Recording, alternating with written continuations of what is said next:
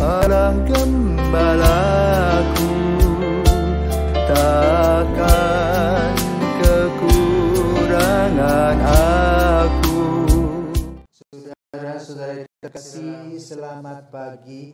Salam jumpa lagi dalam Sabda Siap Saji Selasa 7 Maret 2023, hari biasa pekan kedua Prapaskah. Mari kita berdoa. Dalam nama Bapa, Putra, dan Roh Kudus. Amin. Allah Bapa Maha Mulia, lindungilah gerejamu senantiasa, sebab kami ini lemah. Bebaskanlah kami dari segala bahaya dan bimbinglah kami kepada keselamatan yang abadi. Dengan pengantaraan Yesus Kristus Putramu Tuhan kami, yang bersama dengan Dikau dan persatuan Roh Kudus hidup dan berkuasa Allah sepanjang segala masa. Amin. Tuhan bersamamu dan bersama rohmu. Inilah Injil Yesus Kristus menurut Matius. Dimuliakanlah Tuhan. Matius bab 23 ayat 1 sampai dengan 12. Sekali peristiwa berkatalah Yesus kepada orang banyak dan murid-muridnya, ahli-ahli Taurat dan orang-orang Farisi telah menduduki kursi Musa. Sebab itu turutilah dan lakukanlah segala sesuatu yang mereka ajarkan kepadamu. Tetapi janganlah kamu turuti perbuatan mereka, karena mereka mengajarkan tetapi tidak melakukannya. Mereka mengingat-ingat beban berat, lalu meletakkannya di bahu atas orang lain, tetapi mereka sendiri tidak mau menyentuhnya. Semua pekerjaan yang mereka lakukan hanya dimaksud supaya dilihat orang. Mereka memakai tali sembahyang yang lebar dan jubah yang panjang. Mereka suka duduk di tempat terhormat dalam perjamuan dan di tempat terdepan di rumah ibadat. Mereka suka menerima penghormatan di pasar dan suka dipanggil rabi. Tetapi kamu janganlah suka disebut rabi, kan hanya satulah rabimu dan kamu semua adalah saudara. Dan janganlah kamu menyebut siapapun bapa di bumi ini, kan hanya satulah Bapamu, yaitu Dia yang di surga. Janganlah pula kamu disebut pemimpin, karena hanya satu pemimpinmu, yaitu Kristus.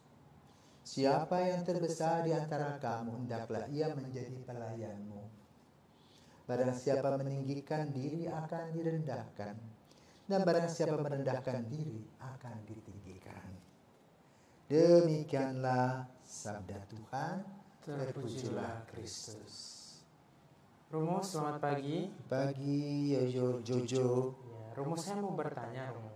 Tadi kan Yesus mengatakan, turutilah segala ajaran yang mereka katakan padamu, tetapi janganlah meniru atau mengikuti perbuatan yang mereka lakukan. Maksudnya apa sih, Romo? Oke, baik. Jadi kita melihat sejarah ya.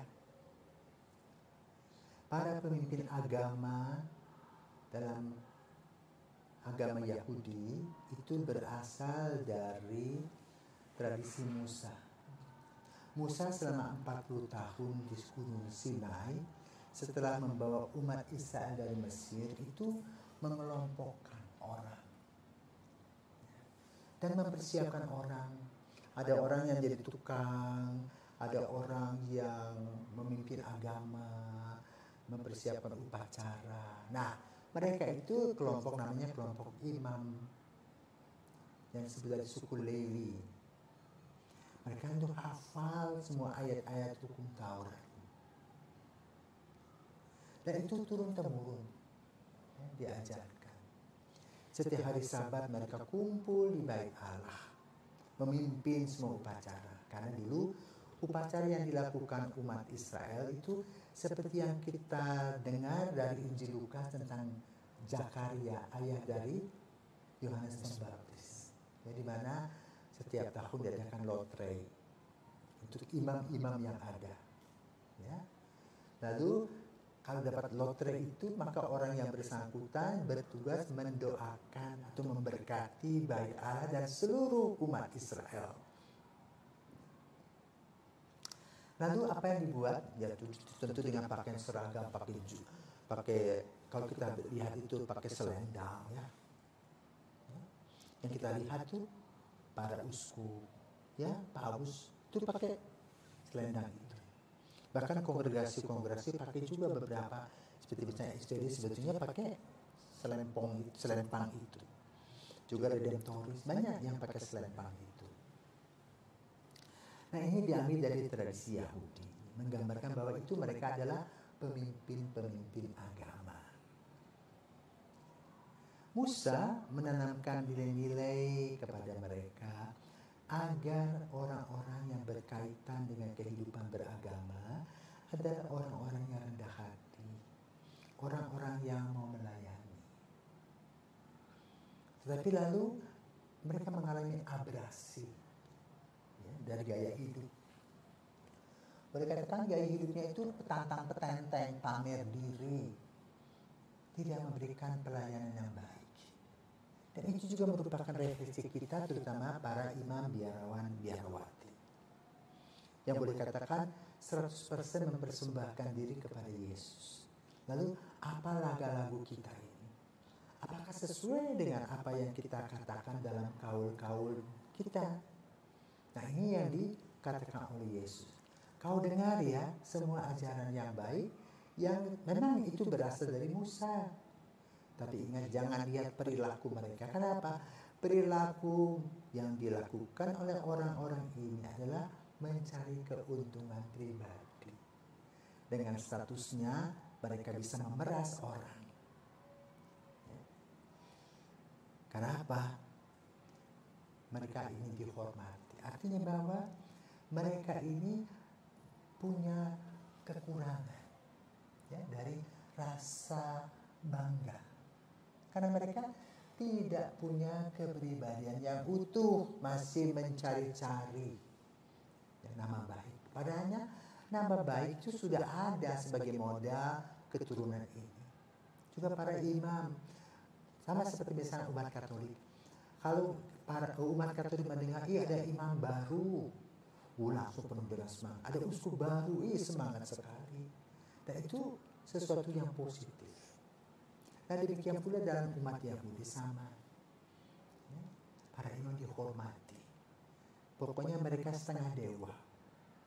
Apa yang mereka mau ya sudah, itu yang diutamakan. Contoh saja, misalnya kalau mereka punya pohon mangga, buah bungaran pertama itu dibawa kepada mereka. Apapun yang pertama, yang namanya buah suluk, dibawa mereka, padi pun, gandum pun, apa saja. Ya itu merupakan sebuah kebanggaan umat. Tetapi persoalan sekarang, gaya hidup itu dikritik oleh Yesus. Jadi hanya pamer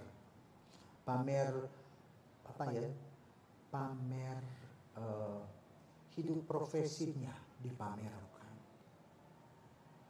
Tetapi seperti tong kosong berbunyi nyaring, garam yang tidak lagi asin.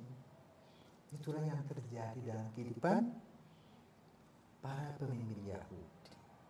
Tidak lagi berkualitas, tapi berkuantitas saja. Dan hal ini merupakan bagian dari refleksi kita yang menjadi orang Katolik, apalagi menjadi imam, menjadi orang-orang terhormat. Kita mesti disebut romo, pastor, ya. Tetapi kita mesti bertanya tentang perilaku kita. Apakah kita melayani Yesus? Nah, melayani Yesus kecil juga perlu kita perhatikan. Orang-orang miskin adalah Yesus kecil di sekitaran hidup kita. Pertanyaannya, apakah kita betul melayani dengan sungguh-sungguh Yesus kecil ini, atau kita mencari Yesus yang besar, yang kantongnya tebal? Sementara orang-orang yang miskin, yang minta bantuan, tutup mata dan tidak kenal. Nah, ini mirip seperti yang dibuat dan dilakukan oleh orang-orang Farisi. Maka kritik Yesus dalam Injil pada hari ini kita dimasukkan di dalam masa Prapaskah. Agar kita, khususnya orang-orang yang berjubah, itu bisa merefleksikan diri. Juga para seminaris sama. Untuk apa tinggal di seminari kalau perilakunya tidak cocok dengan semangat seminaris? Itu yang hidup berbagi, yang punya 3S toh. Belajar siensia, kemudian sanktitas, kekudusan dengan doa-doanya, dengan membuat bacaan rohani, dengan kedisiplin, dan sanitas, kebersihan diri, mandi, ya, rumahnya bersih, WC-nya tidak bau dan sebagainya. Maka marilah kita sekarang merefleksikan diri. Jangan sampai kita ini seperti tong kosong berbunyi nyaring, garam yang tidak asin lagi, hanya sok pamer. Wih, aku ini harus seorang imam, seorang seminaris, harus dihormati di mana-mana. Padahal perilaku kita nol. Ya, inilah yang kita perlu refleksi pada hari ini. Bukan menunjuk kekurangan orang lain, tetapi menunjuk diri sendiri.